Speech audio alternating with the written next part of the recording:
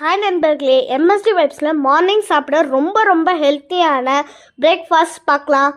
ராகி அடை செய்ய ராகி மாவு, 2 வெங்காயம், ஒரு கைப்பிடி முருங்கைக்கீரை, வறுத்த வேர்க்கடலை, இது போல் ஒன்றும் பாதியமாக உடச்சி வச்சுக்கோங்க.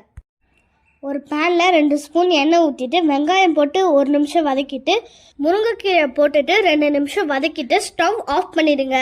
அதுக்கப்புறமா ராகி மாவு, வறுத்த வேர்க்கடலை, உப்பு போட்டு நல்லா மிக்ஸ் பண்ணிடுங்க. சூடான பிறகு கொஞ்சம் கொஞ்சமாக தண்ணி சேர்த்து சப்பாத்தி மாவு பிசைற மாதிரி பிசைஞ்சுக்கோங்க. ஒரு காட்டன் துணி எடுத்து தண்ணியில் நனைச்சிட்டு கொஞ்சமாக மாவு எடுத்து இந்த மாதிரி தட்டிக்கோங்க. ஒரு தவாவில் கொஞ்சமாக எண்ணெய் ஊற்றிட்டு தட்டி வச்சுருக்க அடையை போட்டு 2 பக்கமும் திருப்பி எடுத்திங்கன்னா சூப்பரான, அருமையான, ஹெல்த்தியான, ஆரோக்கியமான ராகி அடை ரெடி.